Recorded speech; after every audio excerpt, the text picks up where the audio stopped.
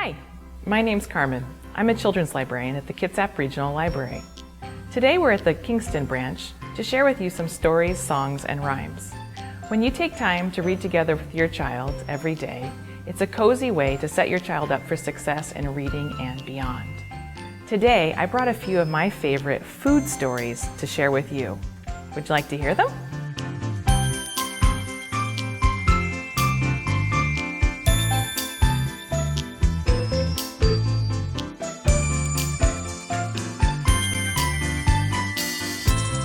Our first book today is Clever Jack Takes the Cake by Candace Fleming and illustrated by G. Brian Karras. What would you do if you were invited to the birthday party of a princess but didn't have any money for a present? We're going to find out what Jack does.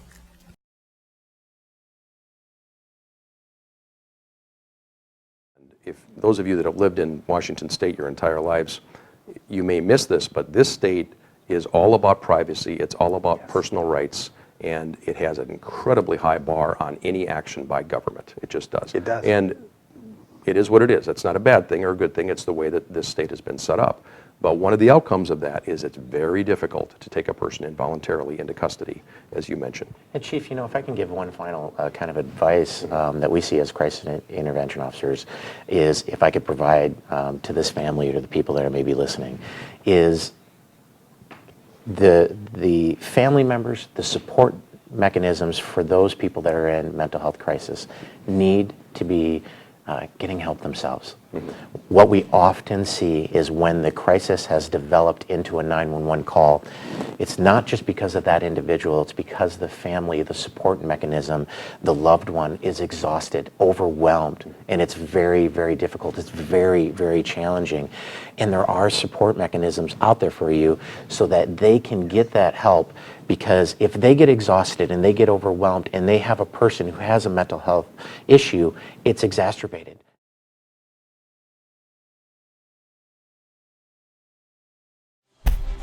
November 8th, live and only on BKAT.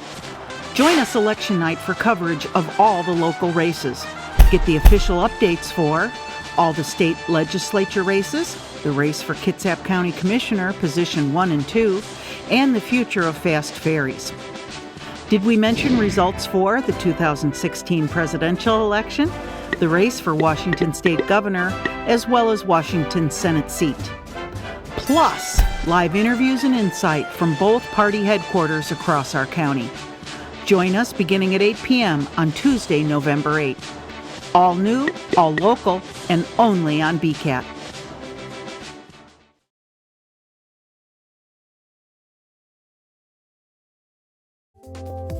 It is extremely important for you to know when and when not to call 911 for medical emergencies. By knowing when a situation is an emergency, you can feel confident calling 911 for medical emergencies and receive the help you need quickly. However, it is also important to know when 911 emergency services are not required. The fire department is a medical and fire service that is available to help citizens in times of life-threatening or fire emergencies. However, when fire services are used for non-emergency medical needs, this important lifeline response is impacted. Using 911 emergency medical services for non-emergency situations can have a major impact on the entire community.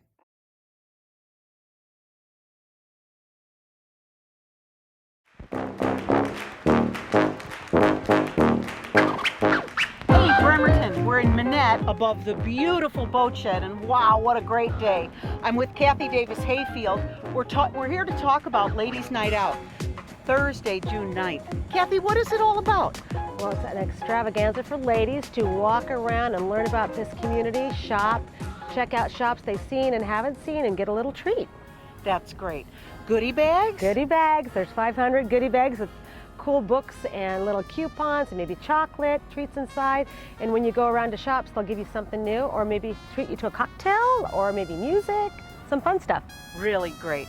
How about the businesses? Now, they're going to be in Minette and downtown Bremerton. Mm-hmm. And is there a shuttle? How are we getting back and forth? This year we have 2 shuttles, big ones, and we're going to start up in Minette, and we're going to go to downtown to Pacific Avenue down to the Honor Bar and do a little triangle, and vice versa, Bremerton side, come over to Minette, do a triangle.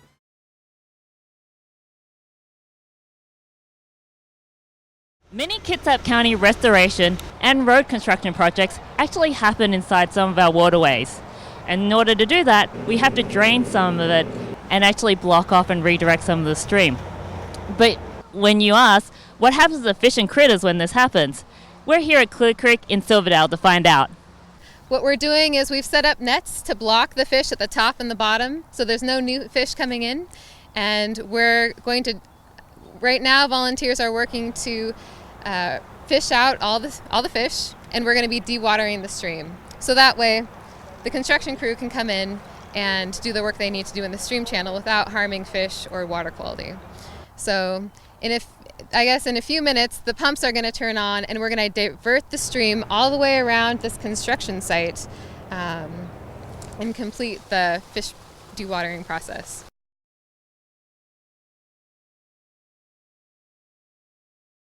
The surprise will be another noise flash diversion device that went off on the other side of the room to get everybody to turn their head. As you saw when it went off, the bad guy you're going to see him turn his head to look that direction, and then a half second later is going to be another small charge going off for the portal, and a half second after that will be another one for the door.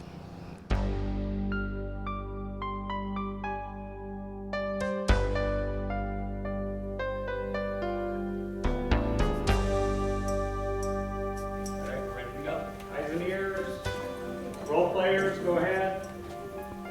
I'm gonna kill him! I want the boss in here now! I am done talking! I'm gonna kill him! I'm ready to go right now! You hear what I'm saying to you? Just hand up! Stand right there! Oh, no! I'm gonna kill him! I'm gonna kill him! Hands on your head. Hands on your head.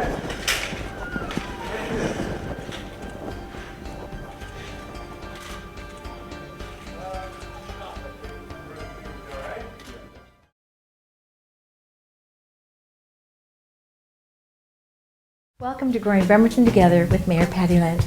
My guest today is going to be our Fire Chief, Al Duke.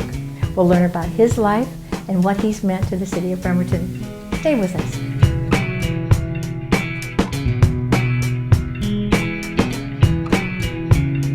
Welcome to Growing Bremerton Together with Mayor Patty Lind. My guest today is our own Fire Chief, Al Duke. He's been with the city for 32 years. We're going to learn about his history growing up and how he became such a leader in the fire department. Welcome, Al. Well, thank you, Mayor, for having me here. It's a joy. You've been a joy since I've been the mayor, and how many mayors have you actually served with? 6 mayors.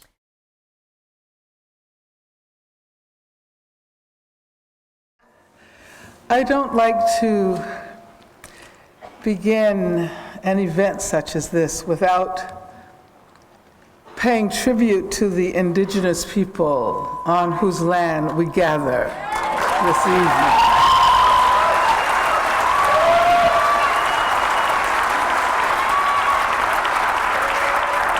And in this spirit, thinking about the larger context, I want to salute the Standing Rock Sioux for their courageous stand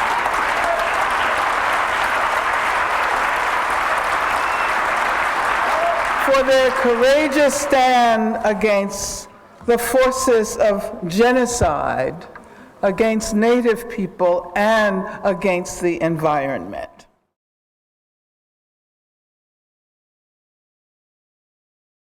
Dear Mom and Dad.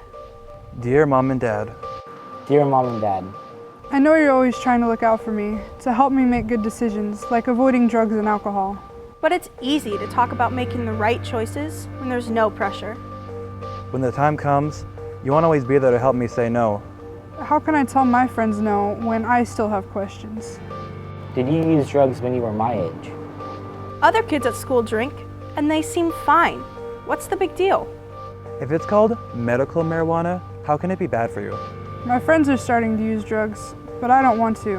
What should I tell them? I don't want to lose my friends. Mom and Dad? Mom and Dad? Mom and Dad, if you don't have the answers. If you don't have the answers? If you don't have the answers, how will I? When it comes to your child resisting the pressures of drugs and alcohol, their biggest advantage is you.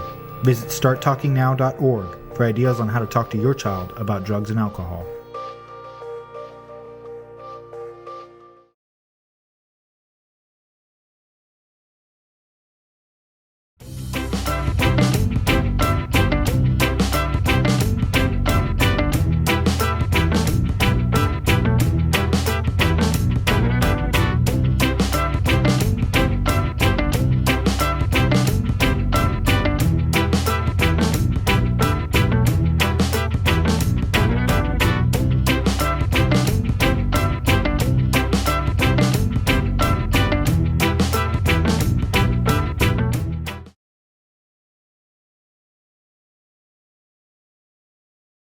Well, it's kind of a unique tournament. It's actually the kickoff for the West Sound Series. It's an amateur-only event, trying to promote it to all amateurs in the area.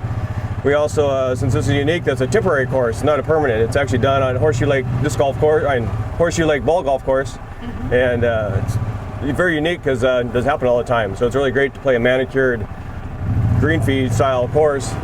So it's very unique. Absolutely. So how do the different holes on the course work? So we had to design our layout in regards to the regular ball golf course. Okay. So as a lot of times we don't throw as far as that they can hit a golf ball, so we can have 2 holes for a lot of their 1 holes. And we have standard par 3s, which is most of them, but we do have par 4s and a par 5 out here. So oh, wow. it's a treat. We don't normally get long holes like that. Sure.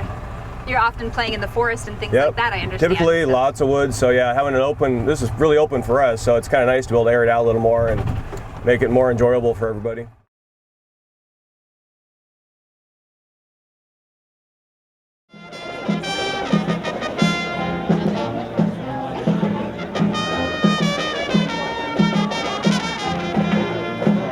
We're here at the Buckland Hill Bridge ribbon cutting ceremony. Congressman Kilmer, thanks so much for being with us today.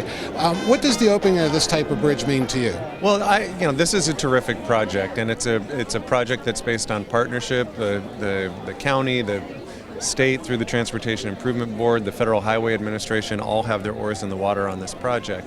And what this project will enable is improved safety, improved mobility. It's good for salmon in terms of providing better fish passage. So it's really a win-win-win, and I think it's a great day. It took a long time to get here, and it was a tough project for the locals, but it's great that this is now done. Well, it certainly did. And thank you very much again for coming out and joining us today. You bet. I wouldn't miss it. Thank you.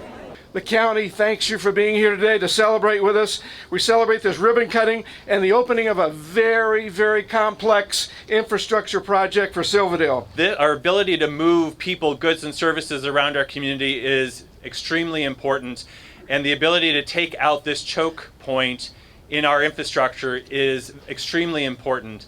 But also, it's nice to be able to have a project that marries that economy with the ecology of it, and being able to open up and remove those 72-inch culverts from the estuary and allow a better tidal flow is just the right thing to do on so many different levels. Our cherished Puget Sound will also benefit from the rhythms of nature that have been reintroduced and able to ebb and flow freely. From the estuary exchanging fresh and salt water and providing habitat that can, again, support the healthy functions of Dyes Inlet and therefore Puget Sound. In our belief system, the salmon are people, the salmon people. They come in, they swim upstream, they spawn, they swim out, and then they go back out into the ocean and they turn back into people. And they watch us and how we respect them. And in the past here, we haven't been the best hosts here on this river, so I think that it's affected them. But I don't think anything was intentional. But as time's gone on, we've learned more about the way we live, and this is an example of how we've learned. It really does take, I'll add another alphabet, P for partnerships. All the funders, all the environmental agencies, I really appreciate the county's early coordination in working with all the partners to get this project to where we are today. You develop friendships when you do a job like this, and I appreciate all the trust and the support from so many that have been put in me. Somebody's got to kind of pull things together, and I knew that that was my role, and I have enjoyed every minute of it for the most part.